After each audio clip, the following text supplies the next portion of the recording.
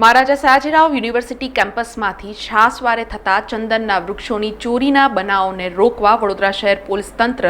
હવે ખરેખર એક્શન મોડમાં આવી છે અને આજે શહેર પોલીસ તંત્ર દ્વારા વ્યવસ્થાનું નિરીક્ષણ કરવામાં આવ્યું હતું।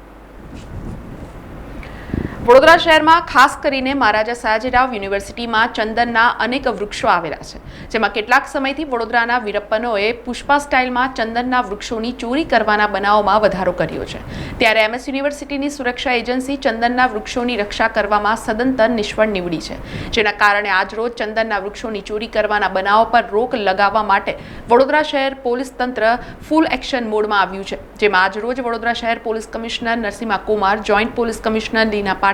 તથા ઝોન 1 ડીસીપી લીના કોઠિયાના આદેશથી ડીસીબી, પીસીબી, ફતેગંજ પોલીસ તથા સયાજીગંજ પોલીસ મથકના અધિકારીઓએ મહારાજા સયાજીરાવ યુનિવર્સિટી કેમ્પસમાં આવેલા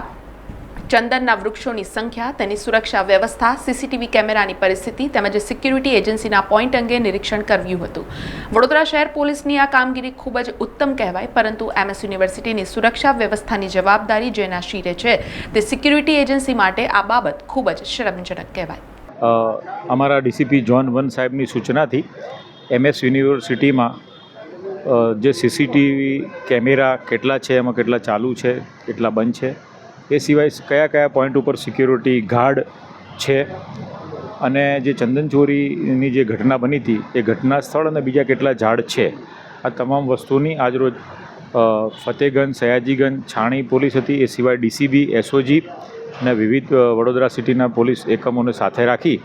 અને એક રૂટ ઉપર ફ્લેગ માર્ચ જેવું કરવામાં આવેલું છે અને આખી સિક્યુરિટી પોઈન્ટ ઓફ વ્યૂથી ચકાસણી કરવામાં આવેલી છે। સમાચારોના સતત અપડેટ માટે TNN ન્યૂઝને YouTube પર સબસ્ક્રાઇબ કરી બેલ આઇકોન પ્રેસ કરો અને અમારી સાથે જોડાયેલા રહો ફેસબુક, ઇન્સ્ટાગ્રામ અને ટ્વિટર ઉપર।